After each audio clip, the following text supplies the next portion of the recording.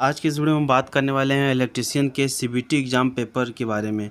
तो जो इलेक्ट्रीशियन का सीबीटी एग्ज़ाम प्रीवियस ईयर में हुआ है उससे रिलेटेड जो कि क्वेश्चन आज की इस वीडियो में हम डिस्कस करने वाले हैं। क्योंकि क्या होता है कि जो आने वाले जो अपकमिंग एग्ज़ाम होते हैं उसमें प्रीवियस ईयर एग्ज़ाम से 50 से 60% क्वेश्चन जो कि रिपीट हो जाते हैं। सामने है इलेक्ट्रीशियन सेकेंड ईयर का जो कि सीबीटी एग्जाम पे यहाँ पे देख सकते हैं आपकी ट्रेड थ्योरी की टोटल यहाँ पे जो कि 40 क्वेश्चन पूछे गए हैं, जिसमें से कैंडिडेट का जो कि 35 क्वेश्चन सही आया था। अगर फ्रेंड्स आप जो कि इसका पीडीएफ डाउनलोड करना चाहते हैं तो सिंपली आपको टेलीग्राम में सर्च करना है जेपी टेक्निकल इन्फो, और वहाँ से जो कि आप टेलीग्राम ग्रुप को ज्वाइन करके इस पीडीएफ को डाउनलोड कर सकते हैं। पहला क्वेश्चन लिखा गया है, what is the name of the part marks x in DC generator. तो फ्रेंड्स यहाँ पे बताया गया है कि ये जो डीसी जनरेटर का एक भाग दिया गया है, तो इसमें जो पार्ट एक्स दिया गया है यहाँ पे इसका जो कि नाम क्या है आपके। तो आपके सामने से जो कि यहाँ पे 4 ऑप्शन शो हो रहे हैं, armature core, brush, commutator riser और कंप्यूटर सेगमेंट। तो इसका जो राइट आंसर फ्रेंड्स होगा आपका ये आपका कंप्यूटर रेजर होगा। ये जो कि फ्रेंड्स जो कि आपका जो क्वेश्चन है बहुत ही इंपॉर्टेंट है और आने वाले सीबीटी एग्जाम में भी पूछे जाने की पूरी संभावना है, और इससे पहले भी फ्रेंड्स जो कि ये क्वेश्चन कई बार पूछा गया है। तो फ्रेंड्स आगे वीडियो में मैं आपको ये भी बताता रहूँगा किस टाइप का क्वेश्चन बहुत ही इंपॉर्टेंट है और आगे आने वाले एग्जाम में किस टाइप के क्वेश्चन आपको पूछे जा सकते हैं। सभी इंपॉर्टेंट क्वेश्चन को मैं डिस्कस करता चलूँगा। तो यहाँ से फ्रेंड्स आप इसका जो कि right answer C commutator riser इसको याद कर लेंगे, डेफिनेटली आपको देखने को मिलेगा, बहुत ही इंपॉर्टेंट क्वेश्चन है। तो फ्रेंड्स दूसरा क्वेश्चन है आपका कि जनरेटर में प्रेरित ईएमएफ की दिशा ज्ञात करने के लिए किस नियम का उपयोग किया जाता है। तो फ्रेंड्स जब भी मैंने आपको बताया है कि जनरेटर में प्रेरित ईएमएफ की दिशा ज्ञात करने के लिए आपका जो कि फ्रेंड्स यहाँ पे राइट आंसर आप लगाएंगे, फ्लेमिंग का राइट हैंड रूल हमेशा यूज होता है। फ्रेंड्स ये क्वेश्चन आपके कॉम्पिटिटिव एग्जाम में भी पूछे जाते हैं। मैंने इसके लिए फ्रेंड्स एक ट्रिक भी बताया है कि जैसे आप किसी जनरेटर को स्टार्ट करने जाते हैं तो फ्रेंड्स उसको क्या है कि दाएँ हाथ से स्टार्ट करते हैं। ऐसा तो नहीं है कि अगर आपको किसी ने बोला कि जाओ जनरेटर स्टार्ट करो तो आप जा करके उसको उल्टे हाथ से घुमाने लगेंगे, क्योंकि मैक्सिमम लोगों का जो प्रैक्टिस होता है वो दाएँ हाथ से किसी भी काम को करने का होता है। तो आप जनरेटर को स्टार्ट करेंगे तो दाएँ हाथ से स्टार्ट करते हैं। तो यहाँ भी हम जो जनरेटर में प्रेरित ईएमएफ की दिशा ज्ञात करते हैं वो जो है कि फ्लेमिंग के दाहिने हाथ से जो है कि या ज्ञात करते हैं। तो फ्रेंड्स ये बस याद करने के लिए आपको एक ट्रिक बताया हूँ कि जनरेटर को हम स्टार्ट करते हैं तो दाहिने हाथ से, तो जनरेटर में क्या यूज होता है, फ्लेमिंग के दाहिने हाथ का नियम आपका यूज होगा। इसका ऑप्शन डी सही है। चलिए हम अगले क्वेश्चन की तरफ बढ़ते हैं। आई होप कि ये क्वेश्चन आपको अच्छे से समझ में आया होगा और ट्रिक्स आप इसे याद रखेंगे और कभी भूलेंगे नहीं। तो फ्रेंड्स तीसरा क्वेश्चन है, ये भी आपके कॉम्पिटिटिव एग्जाम में बहुत बार ही पूछा गया क्वेश्चन, बहुत ही इंपॉर्टेंट क्वेश्चन है तीसरा। फ्रेंड्स ये तीसरा क्वेश्चन आपका है, डीसी मोटर में ईएमएफ की गणना करने का सूत्र क्या है। तो फ्रेंड्स इसके लिए क्या होता है कि आपका ईएमएफ जो होता है बैक ईएमएफ डीसी मोटर में होता है, तो उसके लिए फ्रेंड्स आपका फार्मूला होता है EB = ZN/P⁵ है। इसका जो राइट आंसर है आपका सी है। इसके लिए फ्रेंड्स आपको एक ट्रिक भी बता देता हूँ। तो फ्रेंड्स आपका जो ट्रिक है वो इस तरीके से है कि जनपथ रोड होता है एक दिल्ली में, जनपथ। तो फ्रेंड्स इस जनपथ वाले ट्रिक से आप ज्ञात कर लेंगे। ज से आपका हो गया फ्रेंड्स जन जेड, और न से हो गया आपका एन, और प से हो गया पी, और थ से आपका हो गया फाई, तो ZN/P⁵। तो आप जनपथ याद कर लेंगे, और अपन 60 है ये आपको याद करना है कि अपन 60 है। तो इस तरीके से फ्रेंड्स आप जो कि EB का मान जो कि ZN, इसमें देखिए फ्रेंड्स जो दिया है आपका ये उल्टा दिया है आपका फाई ZN/P, तो इससे आपको जो कि याद करने में बहुत ही कठिनाई होगा। जो मैं आपको ट्रिक बताया हूँ जनपथ, तो उससे जो कि फ्रेंड्स आप जो कि बहुत ही ईजिली याद कर लेंगे। तो ये आपको आई होप कि फ्रेंड्स अच्छे से समझ में आया होगा और इसे आप कभी अपनी लाइफ में भूलेंगे नहीं, जनपथ का ट्रिक। तो चलिए फ्रेंड्स आगे भी वीडियो में जहाँ भी ज़रूरत होगा ट्रिक का मैं आपको ट्रिक देता रहूँगा और आप जो कि हर एक क्वेश्चन को बहुत ईजिली याद कर सकते हैं। तो चलिए हम अगले क्वेश्चन की तरफ बढ़ते हैं, चौथे नंबर के क्वेश्चन को। चौथा नंबर का क्वेश्चन है फ्रेंड्स कि डीसी फील्ड कॉइल के लिए किस वाइंडिंग तार का उपयोग किया जाता है। तो फ्रेंड्स यहाँ पे डीसी फील्ड कॉइल के लिए, तो फ्रेंड्स जैसा कि आपको पता है कि वाइंडिंग होता है उसमें तार का यूज़ होता है, तो इन्हें पूछा है कि डीसी फील्ड कॉइल में कौन से तार का यूज़ किया जाता है। तो फ्रेंड्स इसका जो राइट आंसर है आपका सुपर इनेमल्ड कॉपर वायर। ये भी फ्रेंड्स आपको जो कि आँख बंद करके याद करना है, क्योंकि ये सब जो भी क्वेश्चन है आपके रिपीटेड क्वेश्चन है, उसी टाइप का क्वेश्चन आपको देखने को मिलेगा। तो जो चौथा का फ्रेंड्स राइट आंसर है वो आपका ए वाला ऑप्शन है। चलिए हम अगले क्वेश्चन की तरफ बढ़ते हैं, क्वेश्चन नंबर 5 की तरफ। तो फ्रेंड्स आपका क्वेश्चन नंबर 5 है यहाँ पे, डीसी मोटर में करंट की दिशा किस नियम से निर्धारित होती है। तो देखिए फ्रेंड्स, यहाँ पे पूछा है डीसी मोटर में करंट की दिशा। अगर पूछता फ्रेंड्स कि डीसी मोटर में ईएमएफ की दिशा कैसे याद करते हैं, तो आपको फ्लेमिंग का लेफ्ट हैंड रूल सही करना है। लेकिन यहाँ पे पूछा है डीसी मोटर में करंट की दिशा कैसे ज्ञात करते हैं, तो यहाँ पे आपका जो कि ऑप्शन डी सही होगा, फ्लेमिंग के दाहिने हाथ का नियम। फ्रेंड्स, डीसी मोटर में करंट की दिशा उसी तरीके से निकालते हैं जैसे कि जनरेटर में ईएमएफ की दिशा को निकालते हैं। जनरेटर में ईएमएफ की दिशा ज्ञात करने के लिए आपको फ्लेमिंग का राइट हैंड रूल यूज करते हैं। तो यहाँ पे डीसी मोटर में भी करंट की दिशा ज्ञात करने के लिए फ्लेमिंग का राइट हैंड रूल यूज होगा। अगर क्वेश्चन इस तरीके से पूछता आपका कि डीसी मोटर में ईएमएफ की दिशा ज्ञात करने के लिए किस नियम का प्रयोग करते हैं, तब आपका फ्रेंड्स हो जाता है फ्लेमिंग लेफ्ट हैंड रूल। तब यहाँ पे जो है कि फ्रेंड्स आपका ऑप्शन सी सही होता। लेकिन यहाँ पे जो है कि आपका जो है कि ऑप्शन डी सही है, क्योंकि यहाँ पे पूछा है डीसी मोटर में करंट की दिशा ज्ञात करना है। तो आई होप कि दोनों में आप कंफ्यूज नहीं होगे। एक पूछता है क्वेश्चन डीसी मोटर में करंट की दिशा, तब आपको फ्लेमिंग का राइट हैंड रूल सही करना है। अगर पूछे डीसी मोटर में ईएमएफ की दिशा, तब आपको जो है कि फ्लेमिंग का लेफ्ट हैंड रूल आपको ऑप्शन सी सही करना है। तो चलिए हम अगले क्वेश्चन की तरफ बढ़ते हैं। क्वेश्चन नंबर 6 है आपका, शॉर्ट और ओपन सर्किट के लिए आर्मेचर वाइंडिंग का परीक्षण करने के लिए किस उपकरण का प्रयोग करते हैं। तो जो इसका फ्रेंड्स सही ऑप्शन होगा, इसका है एक्सटर्नल ग्राउलर। इसका ऑप्शन सी सही होगा। ये भी फ्रेंड्स आपके कई बार क्वेश्चन पूछा जा चुका है। फ्रेंड्स, इसमें जितने भी क्वेश्चन आप देखेंगे, ये क्वेश्चन 7 अप्रैल 2021 को आए हुए क्वेश्चन हैं। और ऐसे ही क्वेश्चन आपके आने वाले 3 सितंबर या फिर जो भी एग्ज़ाम होगा आपका आगे सीबीटी एग्ज़ाम आईटीआई का, उसमें जो कि आपके इसी तरह के क्वेश्चन आपको देखने को मिलेंगे। तो चलिए हम अगला क्वेश्चन लेते हैं अपना, क्वेश्चन नंबर 7। डीसी स्टार्टर के प्रतिरोध को शुरू करने के लिए किस सामग्री का प्रयोग किया जाता है। Which material is use for starting resistance of DC starter. DC starter में जो रेजिस्टेंस होता है वो किसका बना होता है। तो यहाँ पे जो फ्रेंड्स है ऑप्शन ए आपका यूरेका जो कि सही है। चलिए हम अगले क्वेश्चन की तरफ बढ़ते हैं अपना, क्वेश्चन नंबर जो कि अपना 8 लेते हैं। यहाँ पे 8वां नंबर क्वेश्चन है फ्रेंड्स कि एसी मोटर के स्टार्टर में कुल विद्युत डिग्री गणना करने के लिए किस सूत्र का प्रयोग किया जाता है। तो यहाँ पे फ्रेंड्स जो है कि एसी मोटर में जो कि स्टार्टर में कुल विद्युत डिग्री इलेक्ट्रिकल डिग्री आपको ज्ञात करना है। तो 180 इंटू पोलों की संख्या होता है। जितना भी आपका पोल रहेगा उसको जो है कि फ्रेंड्स आप यहाँ पे 180 से 180 डिग्री से मल्टीप्लाई कर देंगे। जैसे अगर 6 पोल की मशीन है तो 180 इंटू 6 हो जाएगा। अगर आपका 7 पोल का है या 8 पोल है तो 180 इंटू 8 हो जाएगा। तो यहाँ पे इसका जो है ऑप्शन डी जो है कि सही है 8वें नंबर का। अब देखिए यहाँ पे 9वां नंबर आपका पूछा है question, what is the name of AC coil binding. AC coil binding का नाम क्या है। तो यहाँ पे जो कि फिगर जो है कि फ्रेंड्स आपका मिसिंग है, क्योंकि यहाँ पे जो जगह खाली है आपका, यहाँ पे एक फिगर भी होगा जो कि यहाँ पे आपका मिसिंग है। तो यहाँ पे राइट आंसर जो है कि बी है इसका। देखिए अगले क्वेश्चन की तरफ बढ़ते हैं, what is the electrical degree of 6 pole starter of motor. Friends, इससे पहले वाले क्वेश्चन में मैंने बताया था कि एक पोल के लिए आपका जो इलेक्ट्रिकल डिग्री होता है वो आपका होता है 180 डिग्री। तो इसीलिए आपका 6 पोल के लिए पूछा है तो 180 इंटू आपको कर देंगे 6 पोल। तो यहाँ पर आपका आ जाएगा 1080 डिग्री और ऑप्शन सी आपका यहाँ पर सही है। तो चलिए अगले क्वेश्चन की तरफ बढ़ते हैं। आई होप कि ये क्वेश्चन आपको अच्छे से समझ में आया होगा। अगला क्वेश्चन 11 है आपका, which is the demerit of 3 phase concentric winding. 3 phase concentric winding का अवगुण क्या होता है। तो इसमें आपका जो है मोर डिफ़िकल्ट, यहाँ पे राइट ऑप्शन देखिए आपका बी है, ए स्टेप्ड फार्मर इज रिक्वायर्ड। एक स्टेप्ड फार्मर की आवश्यकता होती है, अधिक जगह की आवश्यकता होती है कॉइल्स को समान रूप से आकार देने के लिए और अधिक कठिन। और डी ऑप्शन है आपका अंत कनेक्शन बनाना आसान नहीं होता है। तो फ्रेंड्स यहाँ पे है कि स्टेप्ड फार्मर की आवश्यकता होती है, stepped former is required, option B यहाँ पे आपका सही है। अब देखिए यहाँ पे भी फिगर आपका मिसिंग है। यहाँ पे which type of single phase motor is illustrated. तो इसका आपका जो है कि सिंगल फेज मोटर का बनाया गया है फिगर। तो इसमें पूछा है कौन सा मोटर है फिगर बना करके यहाँ पे। तो फिगर तो यहाँ पे आपका मिसिंग है फ्रेंड। तो यहाँ पे capacitor start capacitor run motor है। तो चलिए इसको जो कि आप जो कि capacitor start capacitor run motor का फिगर देख कर जाइएगा, उसी टाइप के कुछ क्वेश्चन आपको देखने को मिलेंगे। अगला क्वेश्चन है आपका, किस सिंगल फेज मोटर की tap field coil speed control विधि कार्यरत है। तो यहाँ पे है फ्रेंड्स जो कि which single phase motor tapped field speed control method is implied. मतलब कि किसी सिंगल फेज मोटर में tapped field speed control method किस में यूज होता है। तो यहाँ पे आपका ऑप्शन ए सही है, जो कि आपका होगा यूनिवर्सल मोटर। तो यहाँ पे आपका ऑप्शन ए सही है, यूनिवर्सल मोटर में tapped field speed control method use होती है उसकी स्पीड को कंट्रोल करने के लिए।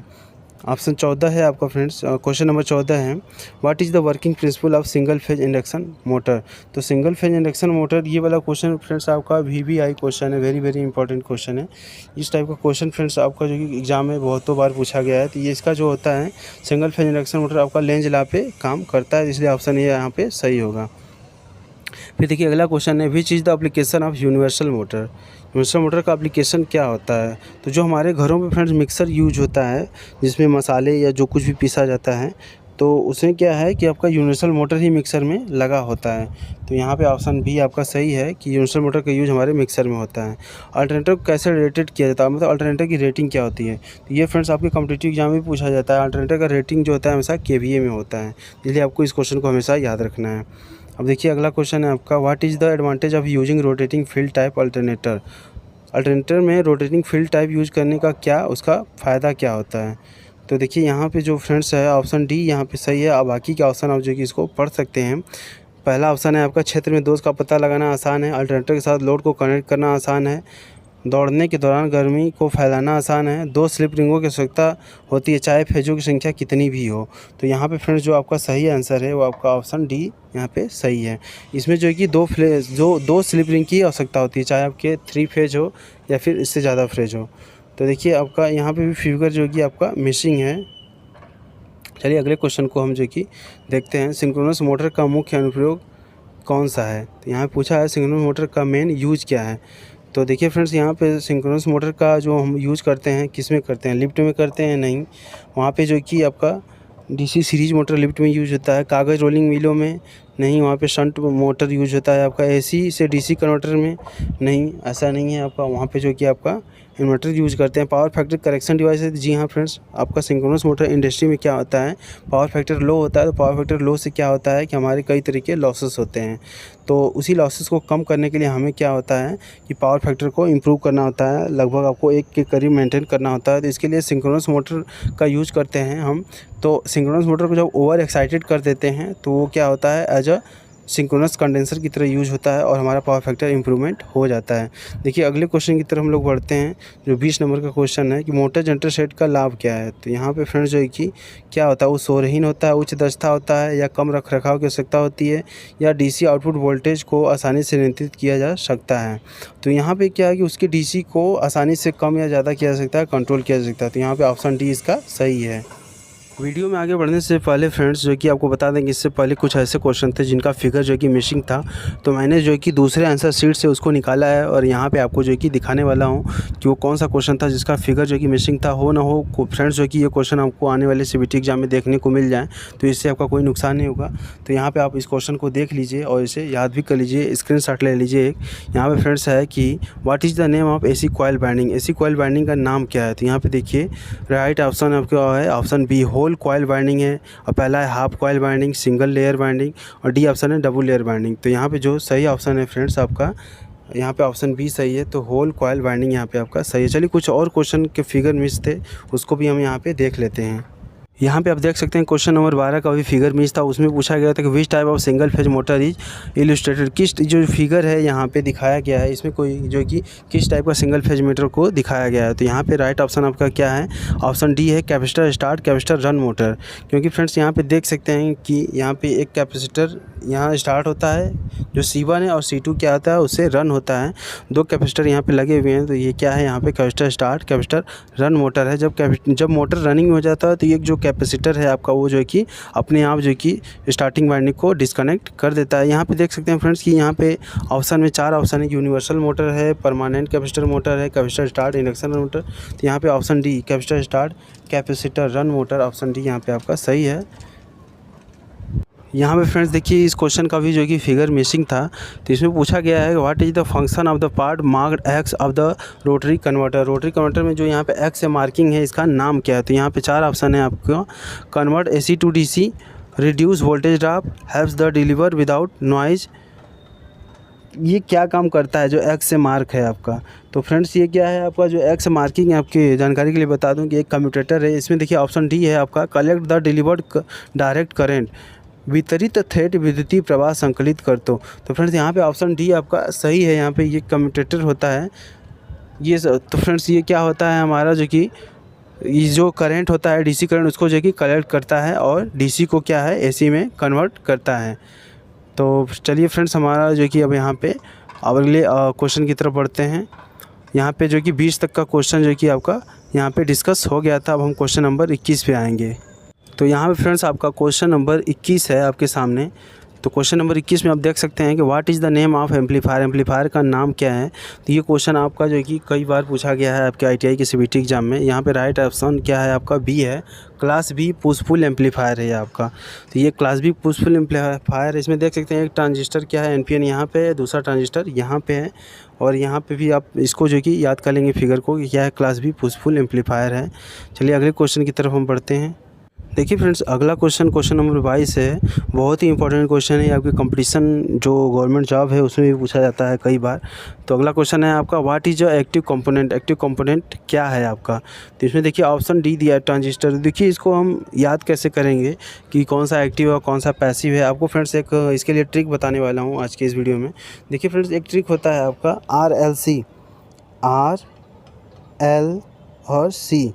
तो देखिए R से हो गया आपका रेजिस्टेंस, L से हो गया आपका इंडक्टर और C से हो गया आपका कैपेसिटर। तो जहाँ भी फ्रेंड्स आपका इंडक्टर आ जाए और रेजिस्टेंस और कैपेसिटर आ जाए, ये तीनों आएंगे तो ये आपका क्या है, ये तीनों ही आपके पैसिव जो कि कंपोनेंट है। ये तीनों की तीनों आपके पैसिव कंपोनेंट है। तो इसमें देखिए 3 तो पैसिव आपको मिल गया RLC फार्मूले से, ट्रिक से। तो चौथा वाला क्या हो गया आपका ट्रांजिस्टर, ये क्या हो जाएगा आपका एक्टिव कंपोनेंट हो गया। तो एक्टिव ही पूछा है आपसे। एक्टिव कंपोनेंट क्या होते हैं फ्रेंड्स कि ये पावर एनर्जी को डिलीवर करते हैं और जो पैसिव कंपोनेंट होते हैं एनर्जी को कंज्यूम करते हैं। तो देखिए अगले क्वेश्चन की तरफ बढ़ते हैं हम लोग। What is the name of the device symbol, इस डिवाइस सिंबल का नाम क्या है। इस डिवाइस सिंबल को भी फ्रेंड्स एग्जाम में कई बार देखने को मिला है इससे पहले वाले एग्जाम में। तो इसको आप जो कि एक कॉपी पे नोट डाउन कर लें या फिर स्क्रीनशॉट ले करके रख सकते हैं। इसका राइट ऑप्शन क्या है आपका डायक है। तो यहाँ पे आपका ये डायक है। तो चलिए हम अगले क्वेश्चन की तरफ बढ़ते हैं। आप SCR और ट्रायक और IGBT का भी सिंबल याद कर लें, हो सकता है कि वो भी पूछ ले आपके एग्जाम में। देखिए अगला क्वेश्चन फ्रेंड्स आपका है कंट्रोल पैनल बारे में प्रयुक्त सामग्री का नाम क्या है। तो फ्रेंड्स ये भी क्वेश्चन बहुत ही मोस्ट इंपॉर्टेंट है, आपके ITI की CBT एग्जाम में कई बार पूछा है। तो ये क्या है फ्रेंड्स, ये केबल को बांधने के लिए यूज़ किया जाता है। जैसे कई केबल है 4 या 5, उसको कहीं पर हम ले जा रहे हैं, ट्रांसमिट कर रहे हैं, तो उसको क्या होता है जैसे अंडरग्राउंड केबल या फिर ऐसे कहीं भी ले जा रहे हैं तो उसको यहाँ पर बांधने के लिए यूज़ करते हैं। तो इसका नाम है आपका friends cable binding strap, cable बांधने का पट्टी। तो चलिए हम अगले क्वेश्चन की तरफ बढ़ते हैं। अगला क्वेश्चन फ्रेंड्स है 25 नंबर क्वेश्चन। तारों को गुच्छा करने के लिए कौन से केबल बंधों का उपयोग किया जाता है। तो फ्रेंड्स ये भी क्वेश्चन आपका पूछा गया है कई बार। नायलॉन टाई का यूज करते हैं तारों को गुच्छा करने के लिए। तारों को गुच्छा करने के लिए कौन से केबल बंधों का उपयोग करते हैं। तो यहाँ ऑप्शन सी सही है। और यहाँ पे आपका पूछा था कंट्रोल पैनल वायरिंग में। तो फ्रेंड्स ये कंट्रोल पैनल वायरिंग में ये वाला यूज होता है आपका केबल बाइंडिंग स्ट्रैप। और यहाँ पे तार हैं या केबल उनको गुच्छा करने के लिए यहाँ पे नायलॉन टाई का यूज होता है। तो चलिए अगला क्वेश्चन 26 है आपका। पैनल बोर्ड असेंबली में किस उपकरण से बचा जाता है। तो विच device is avoided in the panel board assembly. Panel board assembly में किसका यूज नहीं किया जाता है। इंडिकेटिंग लैम्प का यूज होता है वहाँ पे, आइसोलेटिंग स्विच का भी यूज होता है और फ्रेंड्स यहाँ पे पुश बटन स्विच भी, ये तीनों यूज होते हैं। सेंसर का यूज वहाँ पे नहीं होता है, तो इसलिए यहाँ पे ऑप्शन ये आपका सही है। तो चलिए हम अगले क्वेश्चन की तरफ बढ़ते हैं। What is electric drive, electric drive क्या है आपका। तो यहाँ पे फ्रेंड्स जो कि आप तीनों ऑप्शन को पढ़ लीजिएगा, यहाँ पे आपका टाइम कम से कम खर्च हो, इसके लिए मैं डायरेक्ट आपको आंसर बता रहा हूँ कि यहाँ पे जो कि ऑप्शन सी आपका सही है। An electromechanical device for controlling motor, यहाँ पे जो कि फ्रेंड्स आपका ऑप्शन सी यहाँ पे सही है। चलिए हम अगले क्वेश्चन की तरफ बढ़ते हैं। अगला क्वेश्चन है कि एसी ड्राइव के ब्लॉक आरेख में एसी ड्राइव का एक ब्लॉक बनाया गया है, उसमें एक्स के रूप में चिन्हित घटक का नाम क्या है। तो एक्स के रूप में जो कि चिन्हित घटक क्या है फ्रेंड्स। तो यहाँ पे जो फ्रेंड्स आपका एक्स के रूप में यहाँ मार्किंग किया गया है, तो इसका नाम क्या है। यहाँ पे ऑप्शन बी आपका सही है, DC बस। यहाँ पे इसका नाम है आपका DC बस। तो फ्रेंड्स अगला क्वेश्चन है आपका क्वेश्चन नंबर 29। ऑपरेशन के मोड के अनुसार फ्रेंड्स देखिए जितने भी फिगर वाले क्वेश्चन आपको यहाँ पे बताया हूँ, तो उन फिगर वाले क्वेश्चन में से 2-4 क्वेश्चन तो आपको इसी वीडियो में से ही देखने को मिलेंगे, 2 से 3 क्वेश्चन। तो आप जितने भी फिगर वाले क्वेश्चन हैं उनका स्क्रीनशॉट ले लें या उसे आप एक कॉपी पे ज़रूर नोट कर लें। चलिए हम अगले क्वेश्चन की तरफ बढ़ते हैं। ऑपरेशन के मोड के अनुसार किस ड्राइव को वर्गीकृत किया गया है। तो group drive, manual drive, individual drive, continuous duty drive. तो यहाँ फ्रेंड्स ऑप्शन डी आपका सही है। अब देखिए यहाँ पे फ्रेंड्स है, यदि ISI के अनुसार घोषित वोल्टेज 240 वोल्ट है तो न्यूनतम अनुमत एकल चरण कार्यशील वोल्टेज क्या है। तो यहाँ पे आप फ्रेंड्स देख सकते हैं कि हम आपने आपको बताया है कि जितना भी वोल्टेज आपको दिया है 240 वोल्ट, उसमें जो है कि प्लस माइनस 6% का आपको जो है कि वेरिएशन आता है।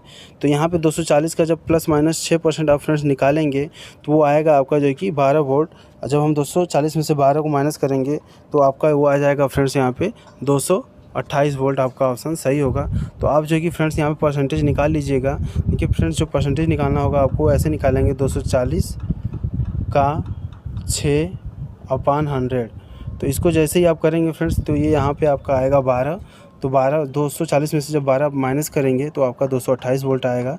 इस तरीके से इसका ऑप्शन भी सही होगा। चलिए हम अगले क्वेश्चन की तरफ बढ़ते हैं। क्वेश्चन नंबर 31, किस शब्द से तात्पर्य है किसी पदार्थ का द्रव्यमान इलेक्ट्रोलाइट की 1 कूलाम विद्युत द्वारा मुक्त होता है। तो यहाँ पे फ्रेंड्स जो है कि कूलाम के इलेक्ट्रोकेमिकल इक्विवेलेंट का नियम है, जो कि आपके केमिस्ट्री में पढ़ाया जाता है 9th और 10th क्लास में।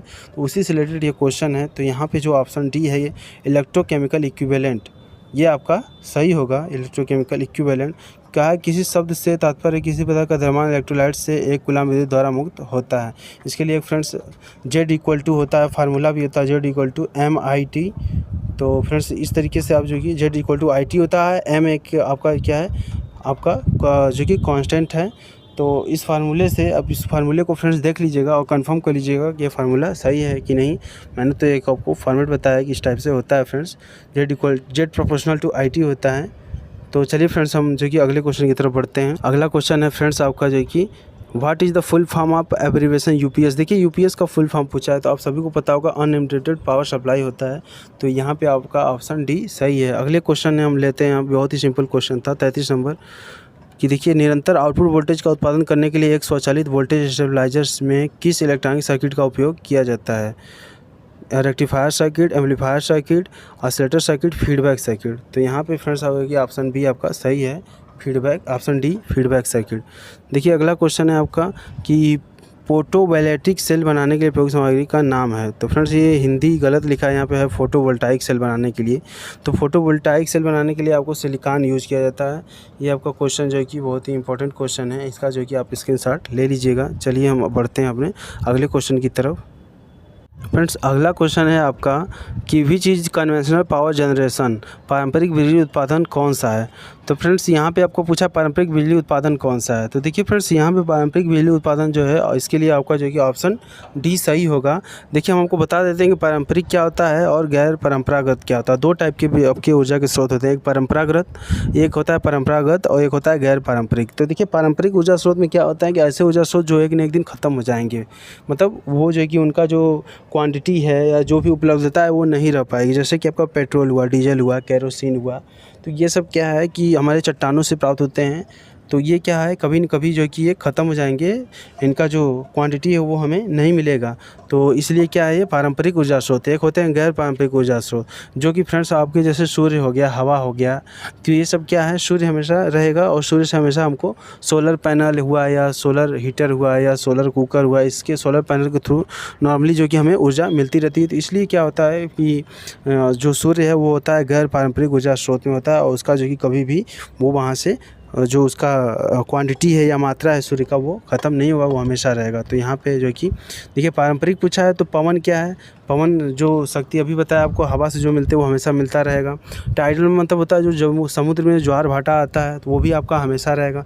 सोलर पावर जनरेशन ये भी देखिए हमेशा रहेगा। लेकिन थर्मल पावर जनरेशन जो है ये आपका एक न एक दिन ख़त्म होगा। तो इसलिए ऑप्शन डी यहाँ पे सही होगा। ये क्या है, पारंपरिक है, कभी न कभी इसका जो कि ख़त्म ही होना ही है।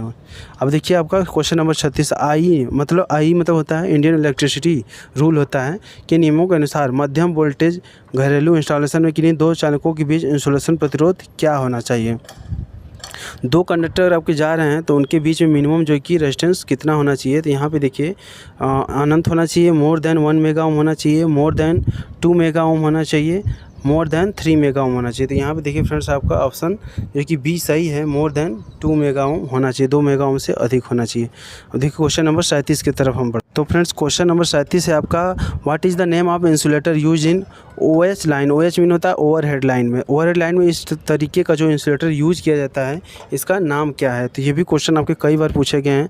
तो ये आपका फ्रेंड्स जो है कि साइकिल इंसुलेटर होता है। इसको जो है कि आपको याद करना है और स्क्रीनशॉट के रूप में रखना भी है कि ये आपका क्या होता है, साइकिल इंसुलेटर होता है। चलिए अगला क्वेश्चन है, क्वेश्चन नंबर 38 है आपका कि बाइंडिंग वायर गैप को बहुत पास रखने और पिन इंसुलेटर में बहुत टाइट होने का क्या कारण है। What is the reason of keeping binding wire gap to close and very tight in pin insulator. तो देखिए यहाँ पे अगर पिन इंसुलेटर में हम जो वायर यूज करते हैं अगर वो ढीला होगा, लूज रहेगा, टाइट नहीं रहेगा तो वहाँ पे क्या होगा फ्रेंड्स, स्पार्किंग होगा। तो इसी स्पार्किंग से बचने के लिए ही हम यहाँ पे तार को इंसुलेटर में क्या होता है बहुत ही टाइट करते हैं जिससे कि हम स्पार्किंग से बच सकें। तो यहाँ पे देखिए ऑप्शन ए आपका सही है। यहाँ पे क्वेश्चन नंबर 38 तक हो गया है फ्रेंड्स। अब हम चलते हैं क्वेश्चन नंबर 39। सर्किट ब्रेकर के टूटने की क्षमता का मूल्यांकन कैसे किया जाता है। तो यहाँ पे फ्रेंड्स जो है कि सर्किट ब्रेकर का जो रेटिंग होता है वो आपका MVA में होता है। तो यहाँ पे देखिए ऑप्शन सी सही है। अल्टरनेटर का क्या होता है फ्रेंड्स, इसका जो आंसर आप बताएंगे कि अल्टरनेटर की जो रेटिंग होती है वो किस में लेते हैं, इसका आंसर आप जो कि कमेंट बॉक्स में करके बताएंगे। देखते हैं फ्रेंड्स कि कौन इसका राइट आंसर देता है कि यहाँ पे जो है कि आपका सर्किट ब्रेकर का MVA में है तो अल्टरनेटर का किस में होता है। चलिए फ्रेंड्स हम बढ़ते हैं अपने अगले क्वेश्चन की तरफ। पावर कटऑफ के बाद कौन से रिले अपने संपर्कों को स्थिति में रखते हैं। तो देखिए फ्रेंड्स यहाँ पे बताया कि रिले कौन सा है जिसमें से पावर चला जाए तब भी वो अपने कॉन्टैक्ट को बनाए रखता है। तो यहाँ पे फ्रेंड्स जो है कि ऑप्शन जो है कि डी आपका सही है, लैचिंग रिले। तो इस तरीके से फ्रेंड्स जो मैंने यहाँ पे 40 क्वेश्चन कराया हूँ आपके ट्रेड थ्योरी के, बहुत ही इंपॉर्टेंट क्वेश्चन है आपके, न केवल ITI की CBT एग्जाम में बल्कि जो कि आने वाले किसी भी कॉम्पिटिटिव एग्जाम में भी आपको इनमें से कुछ न कुछ क्वेश्चन कंफर्म देखने को मिलेंगे। आप इसको अच्छे से लर्न करिए, जो भी इंपॉर्टेंट क्वेश्चन है उसका स्क्रीनशॉट लीजिए। वीडियो अच्छा लगा है तो इसको एक लाइक ज़रूर